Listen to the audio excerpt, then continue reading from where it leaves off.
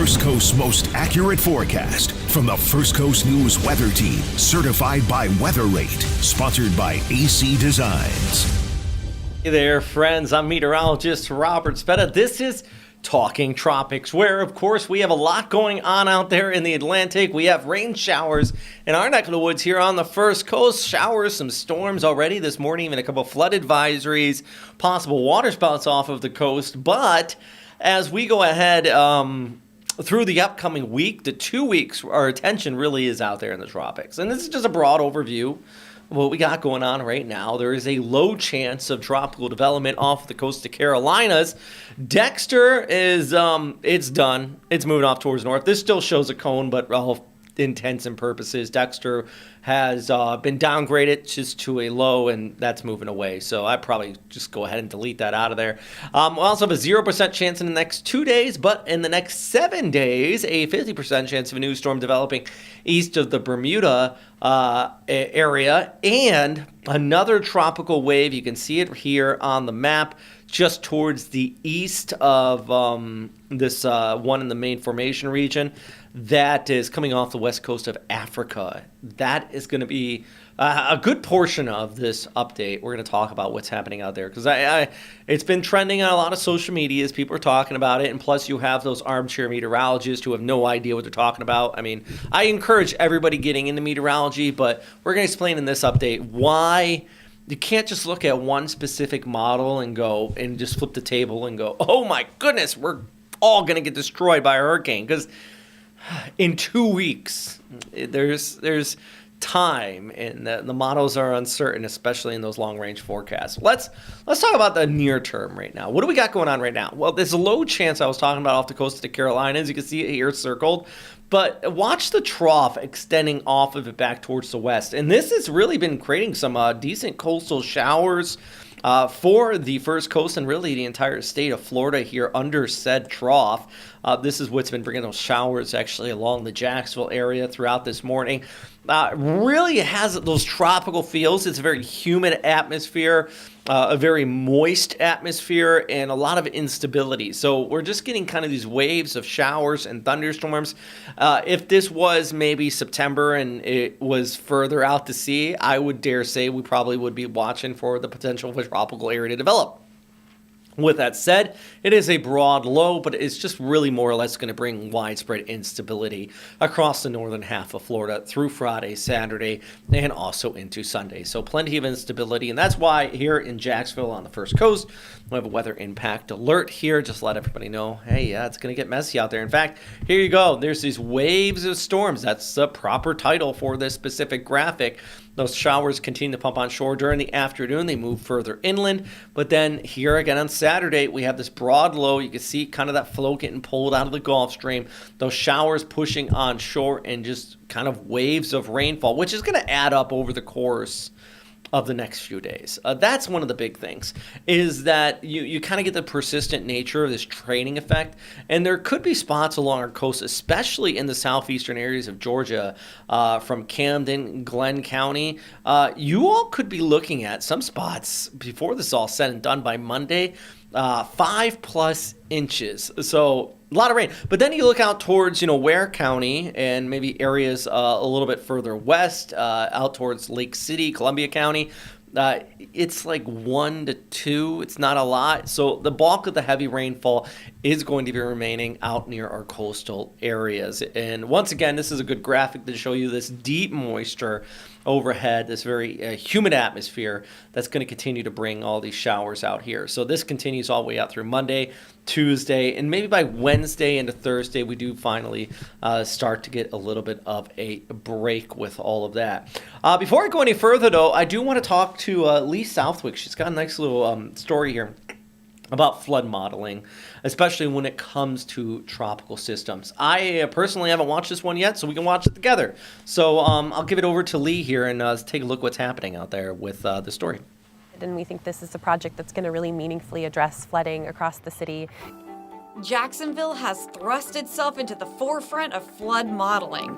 It is the first city in the country to create a compound flood model that will forecast the probability of flooding across the entirety of the river city. The last storm doesn't tell you where the next storm's going to hit. And so this is going to be really the first time that we have a granular picture of where we can experience flooding in real time. The compound flood model will look at things like topography and tributaries and spit out 10,000 possible flooding scenarios. The city will then use a software called Flood ID to input real-time data from an approaching storm like wind speed and direction, tidal height, and expected rainfall, and the model will produce a map of what areas of the city are most likely to experience flooding from a storm. And that'll help them trigger evacuation orders at the right time, handle flow out of different parts of the city as evacuations are happening. The model will help with preparation ahead of an approaching storm in more ways than just issuing neighborhood-specific evacuation orders. And this real-time forecasting system will help our Public Works Department know exactly where we're likely to experience the most severe flooding and make sure that crews are out there clearing storm drains in those parts of the city. And it'll also tell us what time we need to call them back to make sure we're keeping all of our personnel safe. The city has multiple partners helping develop this model. Work on it began in January, and it is about a year and a half away from completion. Jacksonville is on the cutting edge of this modeling, but it wants to be neighborly and set the stage for other flood-prone areas. And it was really important to me that this model be something that can be replicated in other parts of Florida or other parts of the country. So it's all using open data, and that'll make it easier for the next community that wants to tackle compound flood modeling to replicate a model. Well, thank you very much, Lee. And that's important. And more data is better data. And it definitely could help out with any future storm systems. Now, to reiterate, we're not getting a hurricane on the first coast right now, but definitely this moisture flow with this broad trough continuing to impact those areas. I do want to look at the broader tropics. We already got a couple questions here on our social media, and we're going to continue to kind of go through this. And then at the end, I'm going to take some of your questions, but I see Casper already jumping on here talking about that wave coming off the coast of Africa. So let's get to that in a second. First, we got right here, this is our post-tropical low Dexter out there in the North Atlantic. No impacts for anybody outside of some shipping that if you are unfortunate enough to be barreling through this, there's some big mad waves coming off of this across the North Atlantic. Definitely feel for anybody who their routing is failing them today or just a ship's captain who said, you know what? I'm going for it. Meanwhile, down towards the south, it's kind of hard to find. Like, where's our tropical wave out here? It's actually right about in there, a little area of convection. Yeah, I'm not terribly concerned about that one. Moderate risk of development east of Bermuda with it. Can you see it? Let's pull up. Yep, it's like there. That's it, right there. But if we look further towards the east, this one is the one I am a little bit more, not concerned, but definitely eyebrow raising, interested. If we look at the entire tropical outlook, this is the spot, this new tropical wave coming off the coast of Africa, where all the chatter on socials that you're talking about here, you're hearing a lot of people ask about it. You're seeing those pictures on social media that are showing a big old bad storm without context. It feels like more often than not, it's this tropical wave right in here. And Casper already asked, do you think that this could take a similar path as 96L, that other wave further towards the west? And I think it's going to be a little bit different. I'm going to explain why I have these thoughts. So if you are watching on our Facebook or YouTube, ask some questions. We'll get to a lot of those here in a second, but I'm going to try to maybe answer a lot of them right now. First off, this is our overall GFS model, and let's go slowly through this. Friday, Saturday, and a Sunday. And you can see right here, basically just west of the Cape Verde Islands, you have a low kind of developing right in there. That's that pressure. You kind of see that tight circulation. It moves further off towards the west. Let's go back. Okay. So now let's loop through this again, and you can see that low coming off, that tropical wave coming off the west coast of Africa. Let's watch this come through with the GFS. So the first one kind of turns towards the north there. It rounds the Bermuda High. But then based on their GFS model, that Bermuda High kind of builds back in just a little bit. And so our next wave that's like 2 weeks out, you can see it here off of the east coast of Florida. So there's the wave that's currently near Africa. And this is the first wave that's kind of going towards the north. So you have that versus that kind of rounding the Bermuda high. Now, let's take a little bit of a closer view at this. This is that long range guidance. Make sure you look at the date at the top. This is Tuesday, Wednesday, Thursday, Friday of next week. So a full week out. And then about a week and 1 day, 7-8 days out, August 19th, showing right here per the GFS guidance. Ooh, that, yeah, I get it. If you look at this model and you go, this face right here, this is it. Here's the deal. The ECMWF isn't quite as aggressive with the operational. There's a new AI model, which has been pretty aggressive. In fact, let's jump over to the ECMWF. As we go ahead through, how about out to right there? We can get out to the 17th. I mean, you kind of see a circulation forming up east of Puerto Rico, actually north and east of Puerto Rico. This particular model actually keeps it well towards the east of the United States. And then if we jump over towards the comparison between said models, let's go all the way out here. This is once again due to that tropical wave coming off of the west coast of Africa. It still isn't being advised on by the National Hurricane Center, but this would be next week, the 18th, GFS versus the European. This is where this is why a lot of us are raising eyebrows. It's not only because one model is showing a big storm, but because multiple models are kind of showing something. They're not agreeing on anything. They're not agreeing on intensity nor track, but they both show something. And this, I like this graphic. This is SpaghettiOs, courtesy of weathermodels.com right here, with the GFS Ensemble. Now remember, so if you look at the an operational model, this pretty model, now how about this one, right? Let's go back to this graphic right here. So you have this nice model right here. It's showing the GFS. You have to remember that this is run up by a supercomputer, right? A supercomputer actually does like 30 runs of this particular output, and then it averages it all together. And then this is what your final output looks like right here. And that's good, because if it did it once and it only took in one set of variabilities, you're never going to be right. So you do like 30, 40 variabilities with the supercomputers, and then you average it together based on, air, and that's why, models are much more accurate, because they're kind of looking at a multitude of factors. But what we can do is look at the ensemble, and this is what it means by ensemble, is we're basically taking this operational model and then just ripping it apart and looking at each individual run within said operational model. And this is the latest GFS, what I just showed you right there, showing a fairly decent storm off of the east coast of Florida. But the ensembles within the operational on top of that are showing all sorts of confidence that something is going to be east of Florida or east of the Carolinas. The ECMWF has been very similar as well. And this is why when we're looking at the long range, we're saying, hey, we don't want you to panic, but there is an increasing chance more and more that something likely is going to be out there by mid-August, probably sometime 15th to the 20th. Right here, we're showing you the 20th, kind of the end game of where this could be approaching the East Coast. With that said, even with those operational models and the breaking down the ensemble here, there is still uncertainty, obviously. And right here, the green showing you high pressure, the yellow showing you low pressure. And I want to loop this all through, and we can kind of see that area of low pressure where our new potential storm coming off the coast of Africa would be. And you see how it's kind of rounding the Bermuda high located right here. It is a clockwise flow, so it's just like that. So these storms, when they develop off the coast of Africa, they basically are like water. They want to run downhill. They will never run uphill towards high pressure. They want to run downhill towards low pressure.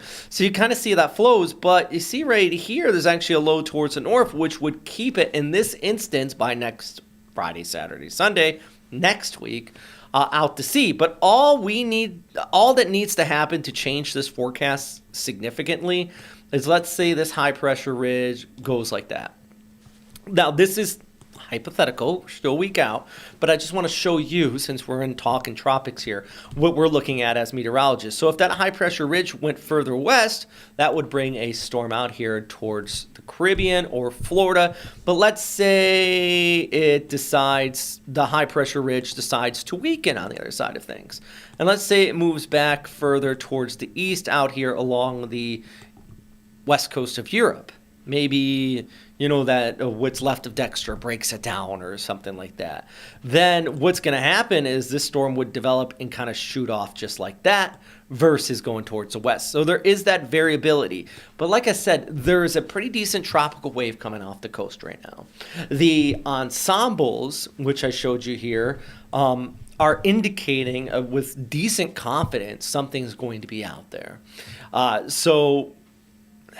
And sea surface temperatures are warm enough. I mean, the shear would be reduced.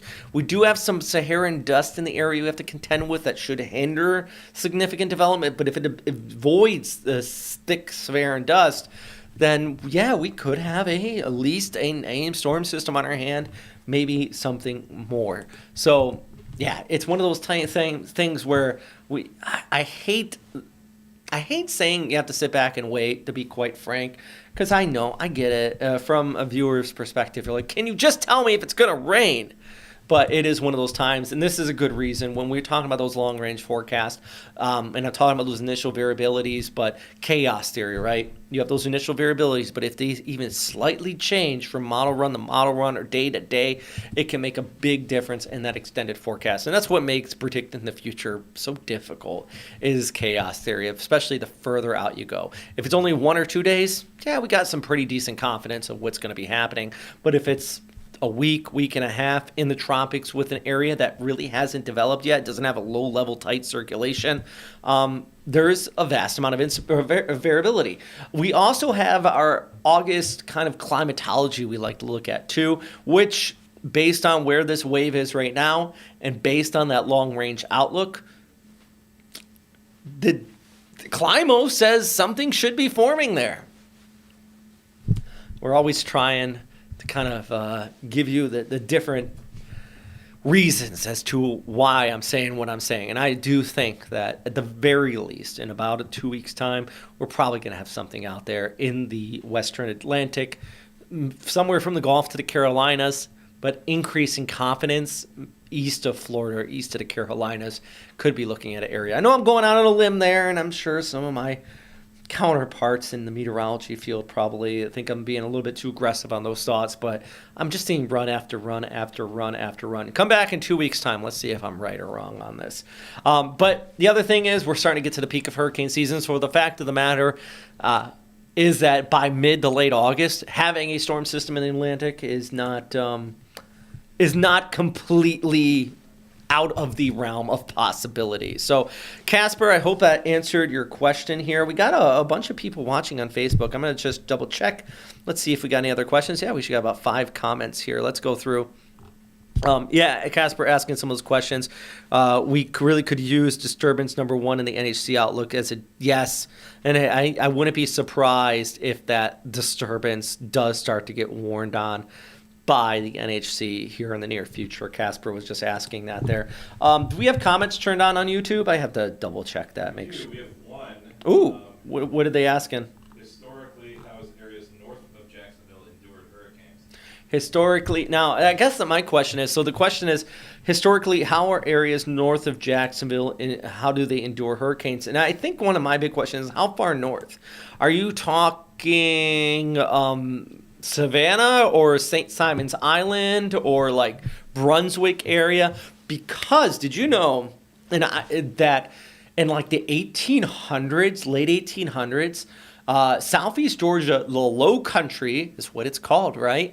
Got hit by some pretty major hurricanes in the past. They've just been spared for such a long period of time. But the fact of the matter is there's such a massive coastal plain right there that I think if we ever got a direct hit for the Low Country, that is Savannah, the areas between Savannah and Jacksonville, it would be some serious impact. So, yeah, they and he just confirmed Nassau County, Fernandina Beach. And actually, Fernandina Beach is a good one because some of those records still go back to Fernandina Beach back in like when it was like pirate land there, you know what I'm talking about in Fernandina Beach. So it's such a low-lying area. It's all marshes around there. So thankfully that area has never been, in recent years, been hit by a direct full-on major hurricane. We've been sideswiped over and over again. But there is, if you look back in a historical record, especially in the late 19th century, I can't give you the exact dates, but I know that it's happened. There was several back-to-back storms that hit that area and caused some serious damage. So this is why, it only takes one, I guess. So I'm getting at, and it's been a while for that area, but it always could come around. Jacksonville and the First Coast, for that matter, has been spared. And you're probably thinking to yourself, what do you mean spared? Recently, we have been hit by so many storms, but we've always been sideswiped. Jacksonville really hasn't gotten sustained hurricane strength winds since Hurricane Dora in the 60s. The Beatles played the day after Hurricane Dora hit. That kind of puts it in perspective how long it's been. We've been sideswiped over and over again. So, it would be definitely a test for a place like Fernandina Beach, which has the entire economy, the infrastructure, all that has drastically changed in, the last 150 years since the last time a major storm directly hit that specific area there. Casper on here, jumping on our Facebook page, saying he agrees.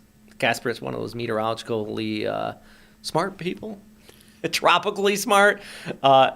It sounds silly. I'm trying to think of the proper word, but I'm happy to hear that, and it gets kind of that reassurance that we're talking about that long-range outlook and something probably going to be out there sometime between the 19th and the 20th, based on everything we're seeing right now towards the east of Florida. So, and Heather on here just jumping in and saying, thanks, Spets, for coming in here and talking about this. So recap.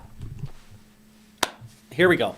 So here's a look at the outlook. Once again, if you came on here after I first talked about this, we have that low chance of development off of the east coast of the Carolinas. That is moving out towards the north and east, and I have zero worries about that. Same with this other area that is 96L. It's an invest area. It's this tropical spot out in the main formation area that is expected. That's the orange color. Turn towards the north and kind of get picked up by a trough. The same trough that is associated with Dexter is kind of degrading the Bermuda High just enough to allow that to kick off towards the north. But once again, a lot of the topic and really the bulk of the conversation today is not about these areas unless you're in shipping and you're kind of cruising in the oceans out here in your sailboat, which good luck. But it is all about this tropical wave, which I wouldn't be surprised the NHC does start to put out some advisories on this in the next day or two, coming off the west coast of Africa. It is moving into some warm sea surface temperatures. It's moving into what seems like a break in the Saharan dust. So it should have the ability to grow its lungs a little bit there and start to intensify. And a lot of our long-range models are indicating this one becoming something big. And just for, if you're just jumping on now, this is what specifically the GFS, you can see there's the 17th, 18th, and then 19th. That is still a very long-range forecast, guys, okay?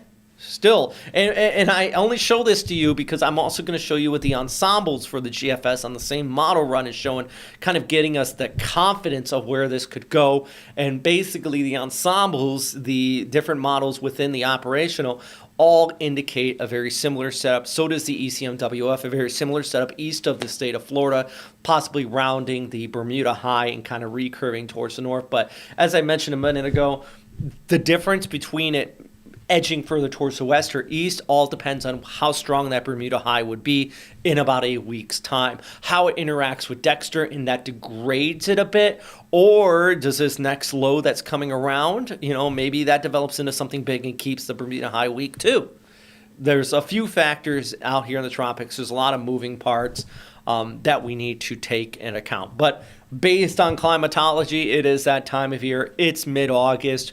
We have storms out there in the Atlantic, and this shouldn't be too much of a surprise. So real quick, before I let you guys go, I'm going to answer a couple more questions.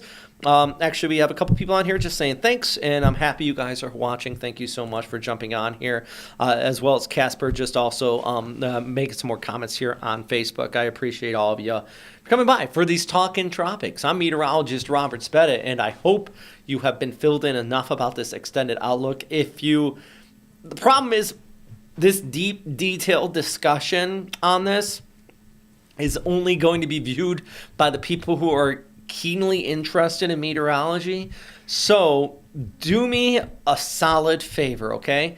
If you see anybody else sharing a long-range output saying death and destruction with little to no information, and they're just showing these long-range models with no context behind it, call them on it.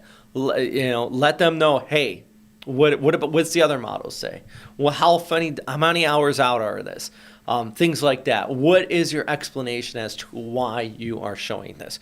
Because then, sometimes it breaks down a little bit. So that's the key thing. I'm not here for clicks, but do want to do my best to keep you informed about what's happening out here in the Atlantic. And that's why all weekend and next week, for the foreseeable future for that matter, every day we're doing Talkin Tropics with you every about 5 to 6 hours when new updates come out, so you can stay informed and make proper decisions about how you can plan out the rest of your summer as we go ahead through hurricane season. Speaking of hurricane season, did you know that it is the 20th anniversary of Hurricane Katrina? Is that the story we have coming up here?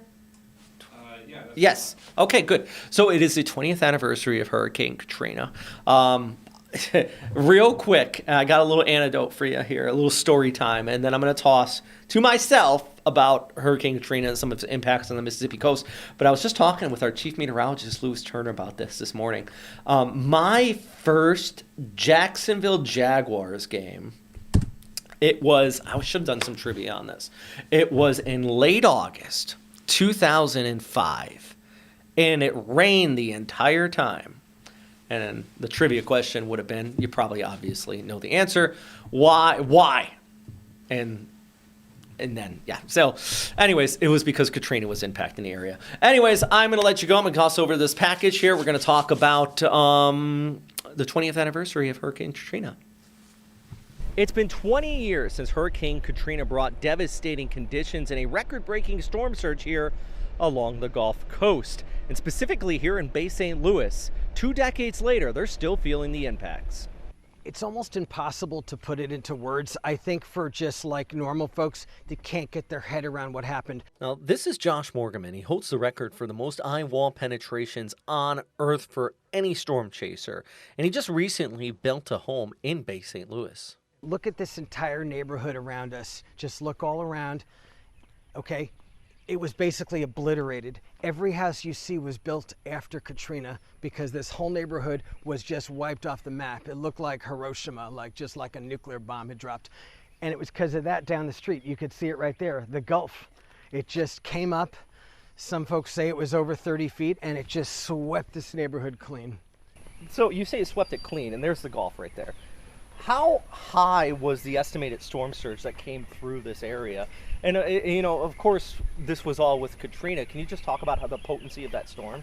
Absolutely. One of the things that makes Katrina so distinctive was that it was the highest storm surge on record in any storm in the Western Hemisphere.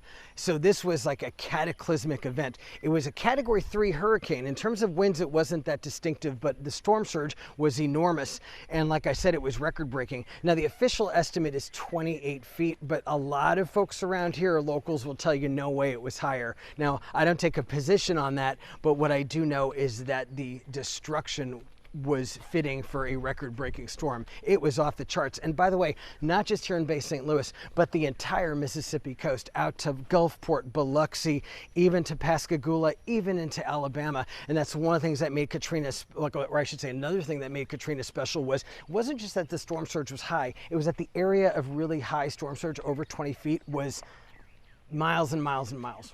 So you've been, how many storms now? I've been inside the inner cores of 80 hurricanes and typhoons, 80, which is a world record. And I guess based on your experience and based on the storm surges you've seen, what makes the kind of the Gulf Coast more vulnerable when it comes to that? I'm glad you asked that because there's a lot of factors, and the U.S. Gulf Coast is one of the most vulnerable places on Earth, okay?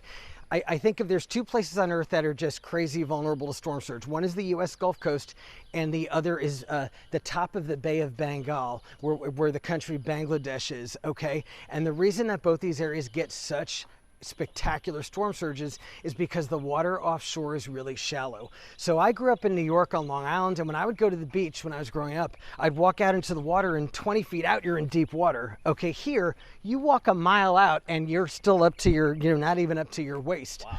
The water is so shallow, and this sounds really counterintuitive to a lot of folks, but the shallower the water offshore, it's just some fluid dynamic thing, the bigger the storm surge can be. So we had this special shallow water here. The top 2 storm surges in American history were both in Mississippi, right around here. Wow.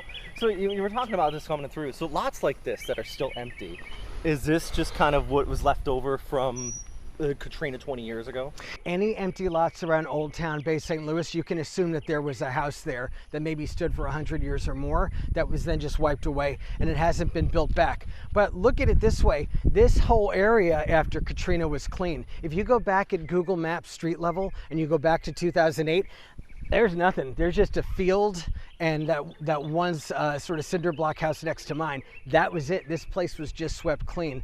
So most of the neighborhood is actually built back. It's actually, to me, it's incredible what they've done in 20 years. But all around Bay St. Louis, you will find an empty lot here or there. You'll find a staircase to nowhere, the front steps of a house that's no longer there. There's still these sort of, I call them they're almost like the grave sites of Katrina. What would be your advice, especially ahead of any storm? And we're talking about not building a house, but just preparing, especially for a neighborhood like this, or even on the Jacksonville area where you do have those line flood prone areas. What would be your advice based on all of your experience and everything ahead of a hurricane or just hurricane season in general? I would say when a hurricane is coming, there's 2 basic things you got to know. Is your house high enough to escape storm surge or other kinds of flooding that might occur? And is it strong enough to withstand the wind? So there's 2 different hazards, and they hit houses different ways, and you have to make sure that where you are is cool for both, that it's going to withstand both. And sometimes it's not clear. And I would also say, when in doubt, leave and ride it out in a sturdier building, ride it out in an official shelter. Don't take a chance, because I'll say this, there's nothing scarier than being in a house that starts to fill with water or blow apart during a hurricane. That's just one of the scariest things. Even for me, I'm a storm chaser, I'm experienced. I don't like that. Even though Katrina was 20 years ago, people here talk about it like it was yesterday because the scars were so deep, the impacts were so big. Everyone's life changed like dramatically from this hurricane. I think most people down here in coastal Mississippi, I think their lives, they divided into 2 phases, before Katrina and after. It bent the arc of everyone's life so people don't forget it, and I think that it'll always be that way. Now, in a place that hasn't had a hurricane for a really long time, or a devastating one, for example, the Jacksonville, St. Augustine kind of area, I think that what happens is people get complacent. They just start to forget that there can be another big event like a Dora or something like that. I mean, my God, it's been over 60 years now. And I think that creates danger, creates complacency. I imagine people in Northeast Florida think, oh, we can't really get hit, or we're safe. And you're not. These things always return. And I think there's a challenge in helping people viscerally understand the danger and respect it. Well, people that might be moving into hurricane country, albeit along the Gulf Coast or maybe in Florida, what is your advice for building a new house, looking for a new house? What should people be looking for to protect themselves against future storms? Well, I think one of the most important things is your elevation, and that was something that mattered to me.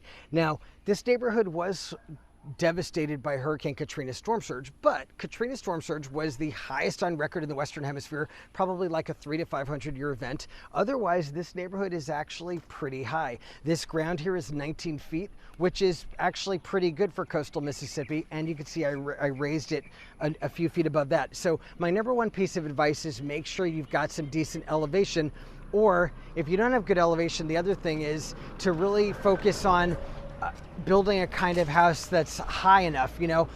Like, to boil it down, I'd say there's 3 things that I really sort of cared about as I built the house. And by the way, these are things you can all improve in an existing house. The first thing is the roof. As I always say, if your roof stays on during a hurricane, you're going to be okay. But if it tears off, it's game over. So you got to make sure that roof stays on. This is a standing seam metal roof, which is one of the best kinds for getting through a hurricane. I went through a Category 5 in the Bahamas, a high-end Category 5, and the houses with these kinds of roofs got through it and it stayed on. So that's one thing I'll say. These kind of roofs are more expensive, but they actually make a difference. The second thing is make sure you've got some kind of system for protecting your windows, because your windows are like the Achilles heel of your house. Now, a window breaking during a hurricane, it's the problem isn't just that you're going to get a little rain in. It's that once the wind gets inside the structure, it's like air getting in a balloon. It can do all kinds of additional structural damage. You got to keep the wind out. And there's two ways basically. One is to have impact glass, okay? The other is to have some kind of window covering. And so for me, I went with the window coverings. These shutters here, they're not just a decoration. These are actually real shutters that I close and seal when a hurricane comes. And you can see it's got this shiny, this is a polycarbonate layer. It's another layer of sort of impact resistance to protect the house from flying debris. But when a hurricane's coming, I just shut this whole house up. And that's what works for me. If you don't have one of those two things, you're gonna be stuck boarding, which is a real pain in the butt. And the third thing I'll say is your siding really matters. I think of this, like my siding, as like the house's coat of armor. Okay, one of the scariest things about a hurricane is when the wind really starts to rip, the flying debris, the wreckage flying through the air. It's one of the scariest things. And that flying wreckage can actually penetrate through walls. So you need good hard siding. And I'm not talking wood and I'm not talking vinyl. You need fiber cement like this. It looks like wood, but it's not. This is from James Hardie. And this stuff, like I said, it's the coat of armor that protects my house. Also, take hurricanes out of the equation. The other thing that matters is that it's moisture resistant. It doesn't rot or mold or anything like that. It doesn't even burn, and termites hate it. So I would say get siding on your house that is climate and weather resistant. I think that's something that's going to make you happy, even if you're not getting hurricanes. Definitely smart to heed advice from those people that have been through some of these destructive storms and seen the impacts on their community. I'm meteorologist Robert Speta, First Coast News, on your side.